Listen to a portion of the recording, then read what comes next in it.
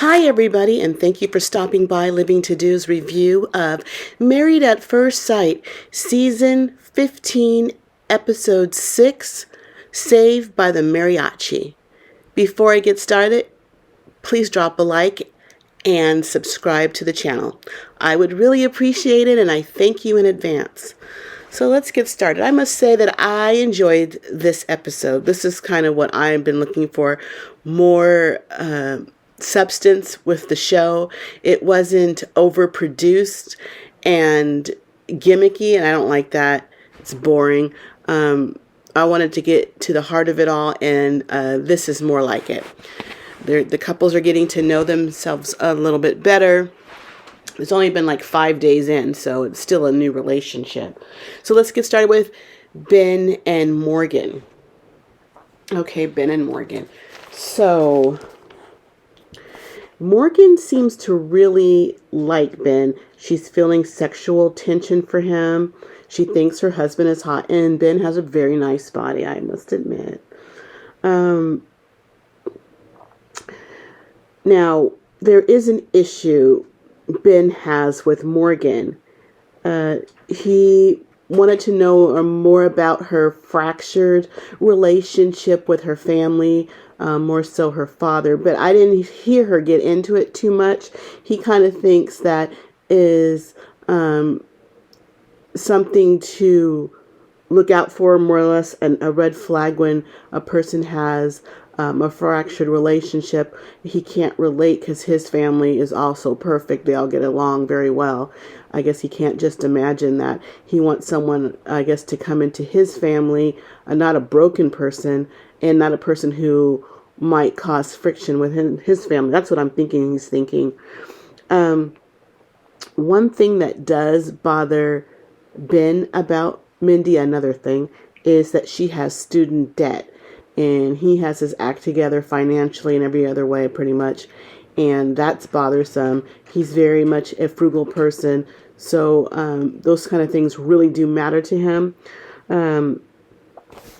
He has another thing to be concerned about Morgan. She lied, saying that about getting her degree, her BA, her bachelor's. She's actually one credit shy of getting it, and it's not a big deal because she's still a nurse. She says she was getting the BA for a pay increase, but I guess she lied maybe to the experts. He wanted someone who was like him, ready to go with life, has their act together, and no baggage behind them, no issues, and just hop in the car and go. But the fact that she lied about that is deceptive to him and bothersome. Now, he didn't know who to turn to about this information.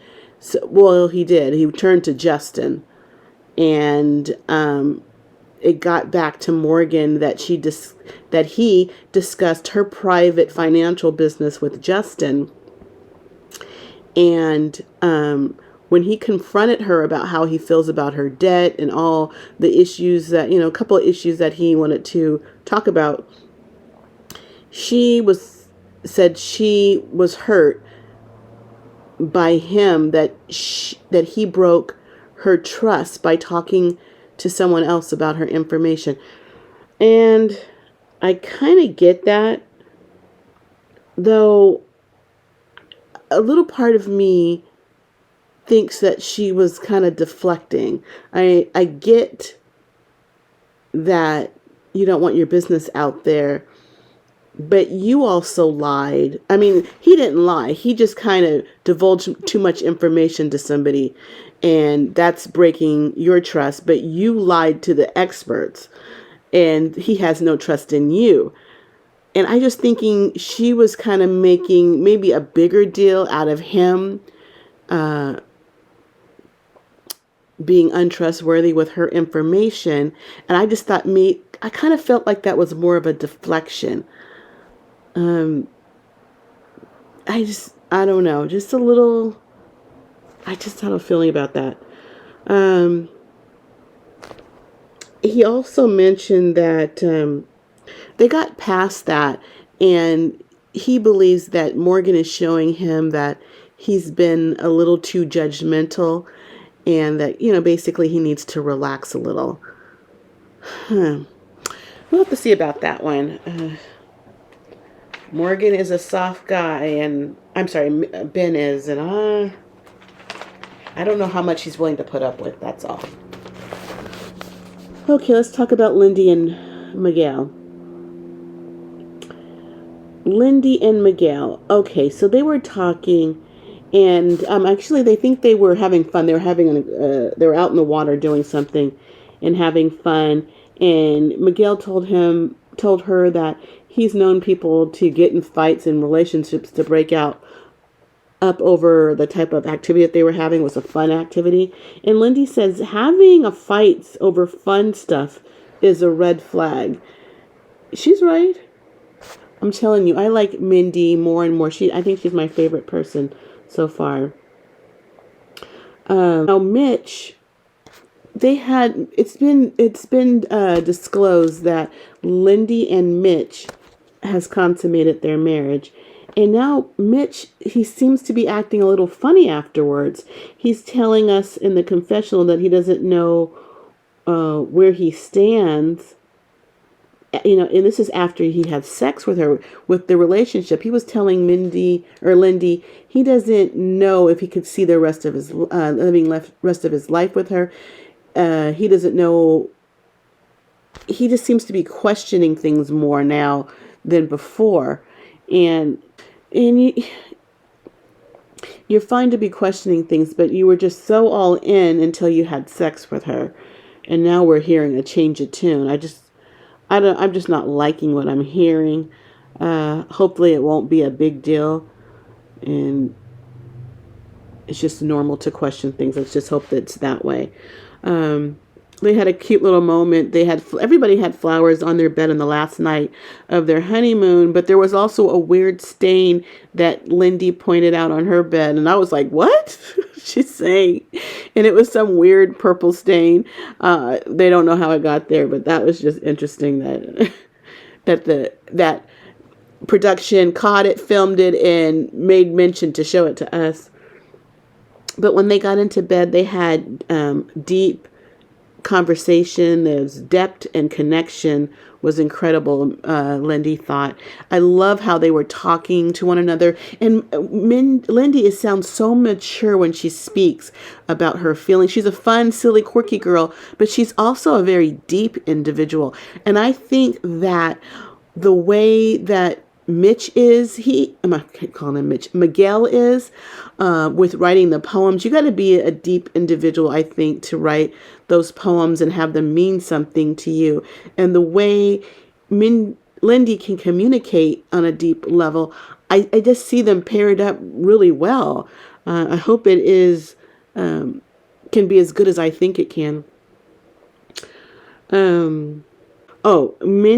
Lindy, she was wondering, because she overthinks things, and she was wondering when they get back home and they're in their routine, and will Miguel resent her for not working, because she works a lot, and then she plans it so she doesn't have to work a lot and just do life, and she wants to know if he will resent her for that. She sometimes does nothing, goes to Mexico, does whatever she wants, because that's what she wants to do in her life. And will he want to be seeing her always working? Will he feel that she's lazy? And he says, just let's not worry about it now. Let's worry about it when the time comes. But I'm glad that she brought it up. Let's not let this be a shock to you that I do work, but there's times where I make it so I don't have to work.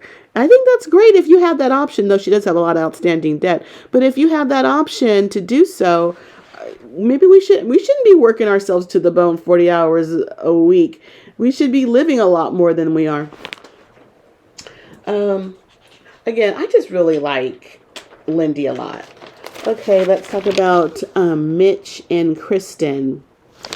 And Mitch is apologizing for giving Kristen intensely mixed signals. He was very cold on her, pretty much hurt her feelings on television, nevertheless. And then he's up on her aggressively. And she pretty much put a stop to that. She's just backed that up. We're not going to be doing that. We're going to be taking it a lot slower based on your treatment towards me. I'm not going to give up the goods. I got to know where your head's at, and I'm not going to let you just use me. I like the way she stood up for herself. Good for her. In doing so, this is attracting Mitch even more. He likes an assertive, opinionated woman. I guess he finds that in Kristen. And I think he likes the way she stands up for herself. Good. And I hope she continues to do so. So not a lot happened with them, those two as a couple. So let's talk about Nate and Stosha. Stosha created a nice teepee picnic for Nate, and they sat on the grass and ate. And Nate was saying he doesn't need extravagant things or dates like that. And I was thinking to myself, that's cool. But then again, I was thinking maybe he said something like that just so she wouldn't expect it, because his pocket couldn't pay for it. So don't even expect it. The little things we're going to have to do, and they should be grateful and appreciate that. That's what I'm thinking because I don't trust Nate, so I got to think twice about what he's saying. I just don't think he's being totally honest up front. They sit down and looks like there's bugs there, and Nate is scared of bugs, and so is Stosha. Gotta have a man who can kill a spider. That's a must.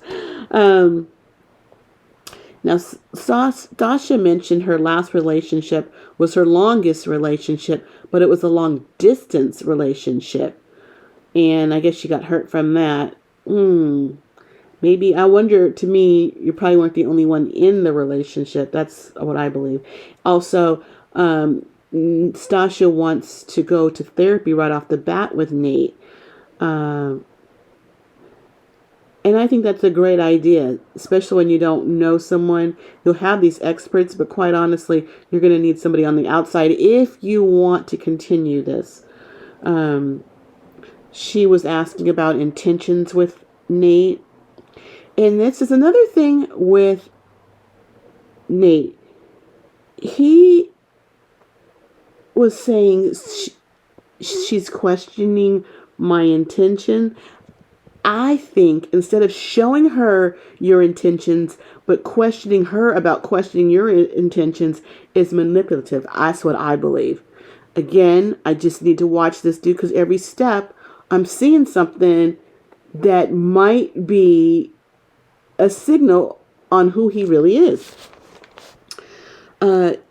Stosha seems to be vulnerable with him. She's tearing up talking about a relationship. She's tearing up talking about her insecurities, and she wonders if will be enough for him. And I know you don't know him, but I really think he's putting a number on you. And you just have to go in and be yourself and be who you are. And this is a conversation that with Miguel and Lindy had. Lindy was saying that she's trying to do all these things to make Miguel happy in the way she acts and what she does. And he told her, just be yourself, and who you are should be attractive to him. You can't change yourself to fit in these boxes. Just do you. And that's, I think Stosha needed to hear that too.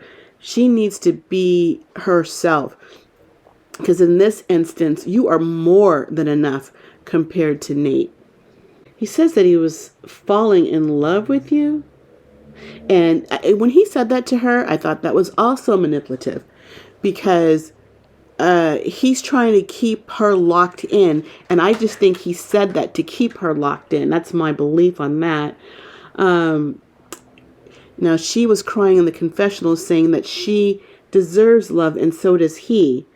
And that she comes with a lot and she's worried about that. So I think whatever the a lot is, we don't know. I'm very curious to know what she considers a lot.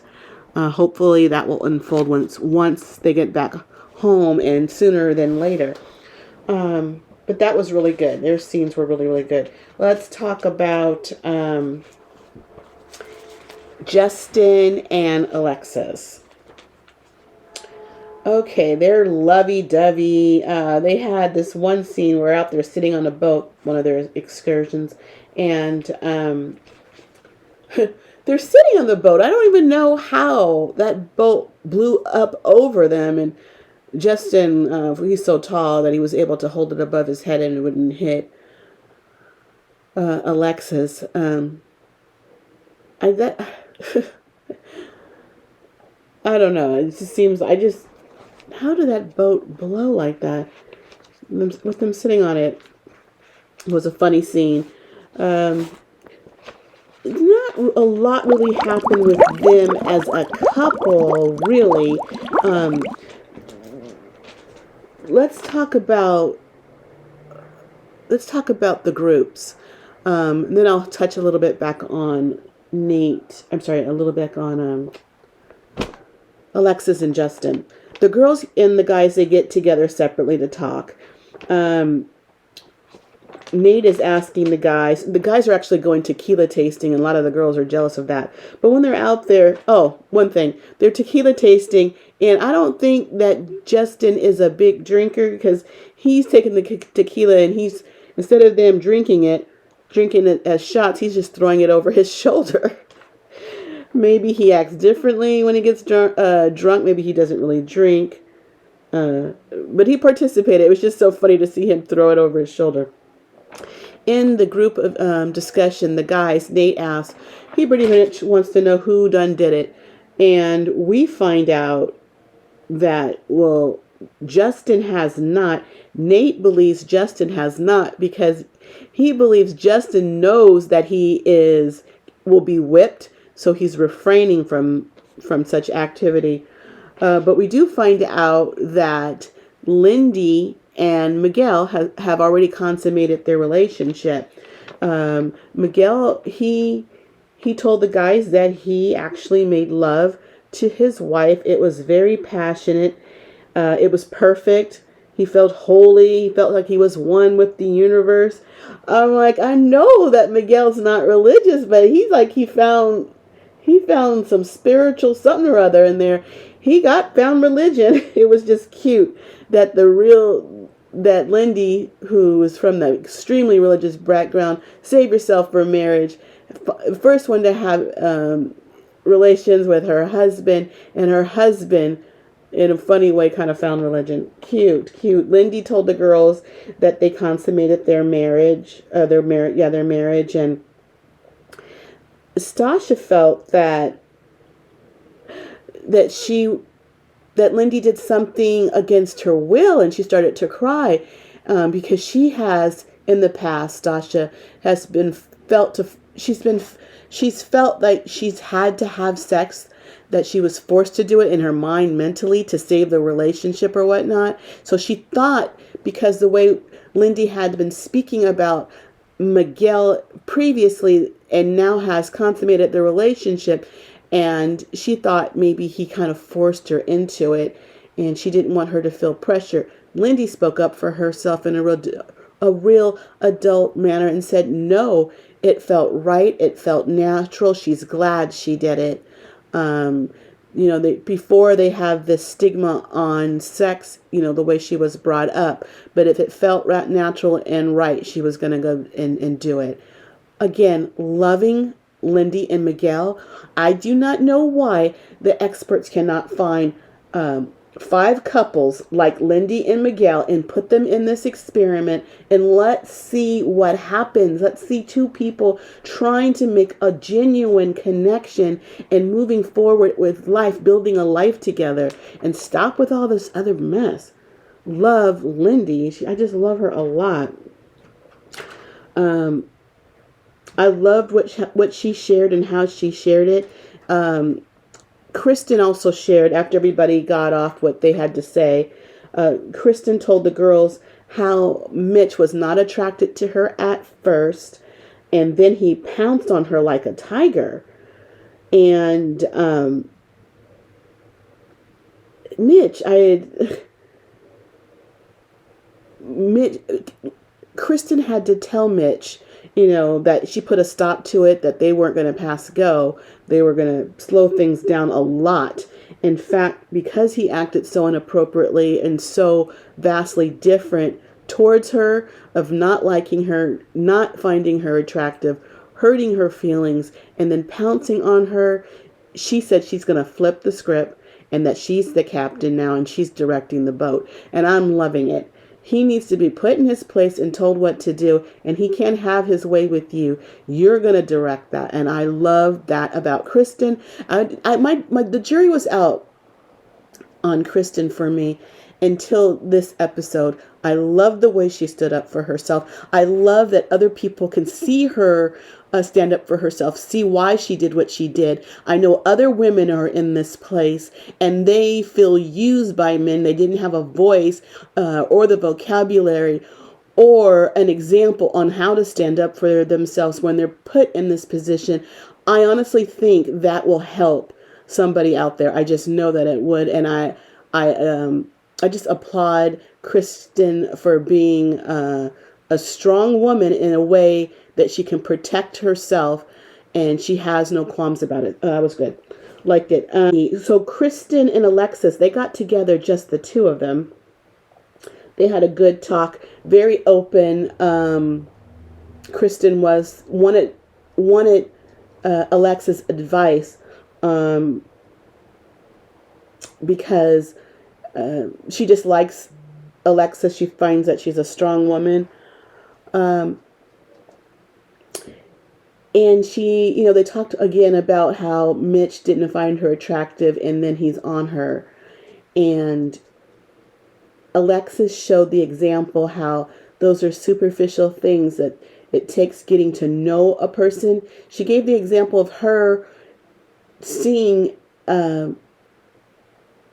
Justin on that Hinge app and bypassing him because of looks. And she made mention to tell Kristen, she's beautiful, but just an example how you can just look at somebody and think you know something, or you got it in your head somebody's one way by the way they look, and then if you take a moment to get to know them as an individual, a real person inside that body, that you can maybe build a connection.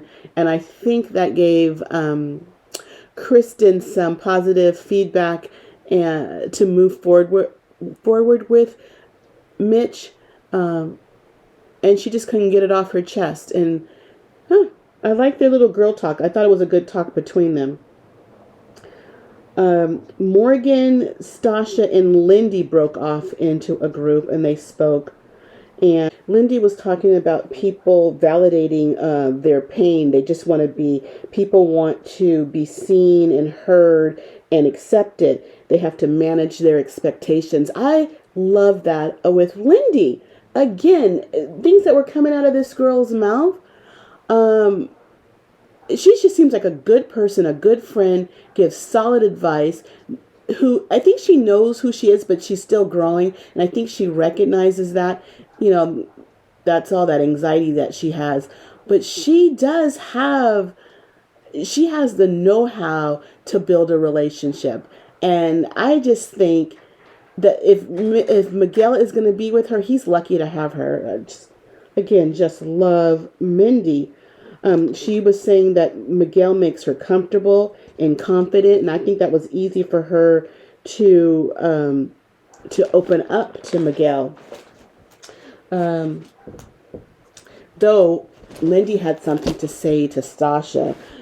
She was saying that Miguel thinks that Nate is not authentic, and the example that she gives is that he's so into his phone, trying to show others the life that he is living and putting on a show for others, that they just question. I think they both do. I think I think Miguel pointed it out to Lindy, and Lindy now sees it, and she wanted to make Stosha aware of this.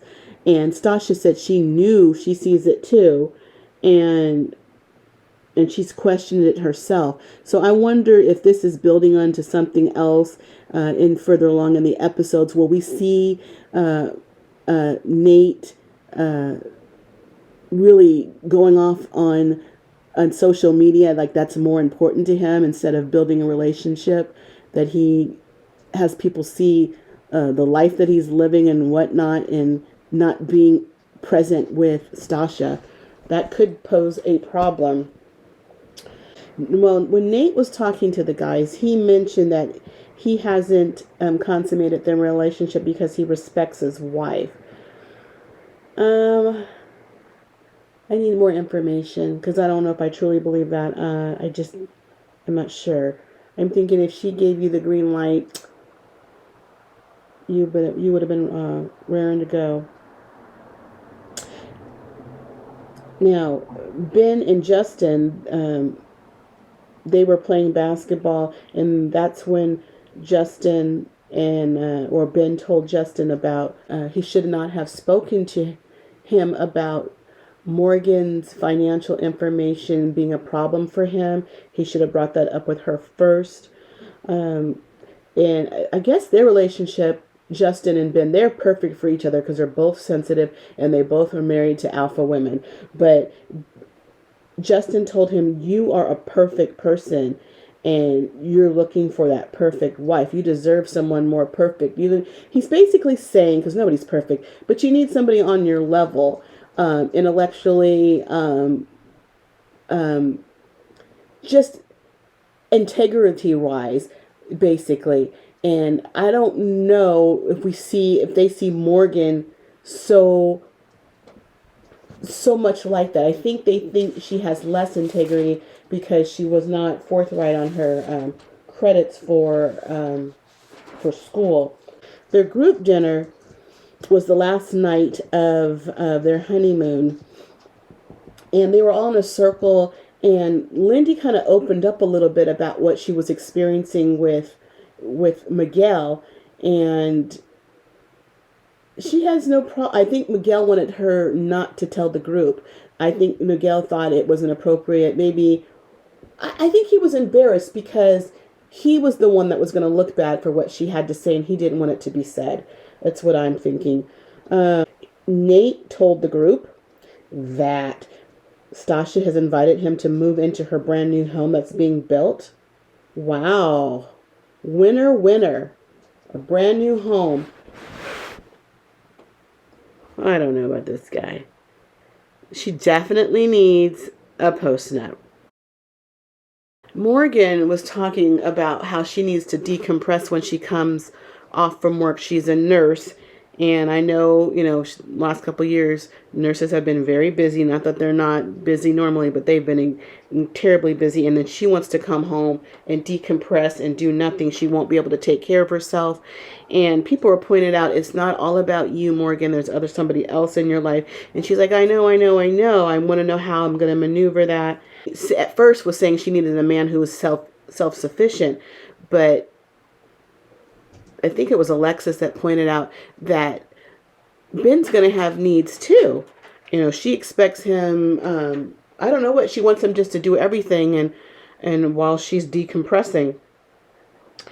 And when they were talking, Justin and Alexa, mainly Alexa, she was sitting right across from them, talking about them in their face, but she was whispering in Justin's ear and saying this and this and that. He looks concerned. And I'm like, I didn't like that. How are you talking about other people in their face like that? I just thought, this is what I don't like about her. I don't think she knows how to act and when to say things and when not to say things. That's a big problem. She's just, in that area, it's too much. It's just an example of what an irritant she is to me, or just an irritant that she can be. Miguel asked Alexa, what are you doing for Justin? Because everybody could see how Justin pines for Alexis. And Alexis is like, oh, I cater to my man. Anything he needs, I'm there for him. Um, I mean, they're lovey-dovey right now. When they're in the thick of things, let's see, because she's all talk right now, but she voiced it out in front of the crowd that she's there for him. She will cater to him. And, of course, Justin likes that. I mean, he's a little puppy dog. Stosha wanted to grill Miguel because she still has it in her mind that she's forcing sex upon Lindy. And she was about to grill him good, questioning him. And that's when the mariachi band showed up. And Alexis says, it's saved by the mariachi. Now I want to go back to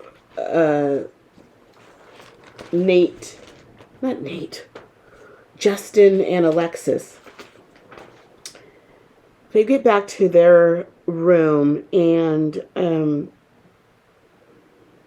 Alexis is telling Justin that he doesn't have to save everybody, talking about Ben. He feels that Ben needs saving, that he wants, because he's been in Ben's place. He feels that Ben is being hurt in some way by Morgan and kind of being selfish in the relationship, and he's not really finding his own voice in the relationship, and he can see it all over Ben's face, and he really feels for Ben, and he's tearing up for Ben.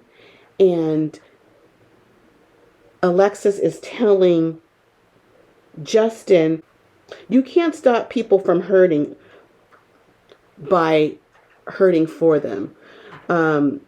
He has to let Justin be his own man. I thought that was really good advice coming from Alexis. One thing I will give Alexis, that she did give good advice. She gave good advice to Kristen, and she gave really good advice to her own husband. So I'll give her credit when credit's due, and I did think a couple of times she did give solid advice. But I think she has a lot of work to do on herself. She needs to carry herself better in public. You do not whisper about people in their face like that. I don't think Justin would have done that if she didn't start it. And it seemed like she kept on, and she was talking to him, questioning things, and he was responding. But I think it's just extremely rude to do that. I don't see how she doesn't see that. It's so bothersome to me. But that was basically it for this episode. They showed the coming episodes, and it looks like Alexis and Justin are going to get in a tiff, and she drives away. Well, I'm not sure. Maybe it's nothing, but they built it up to be something. So it appears that the love nest, there's a blow up in the love nest, so we'll have to see what really happens there. But that is it for now. Please like the video and subscribe to the channel. I would really appreciate it, and I thank you in advance. And also check out my other videos on the channel, travel videos and other TV and movie videos as well. That is it for now. I gotta go because I got living to do. Thanks. Bye.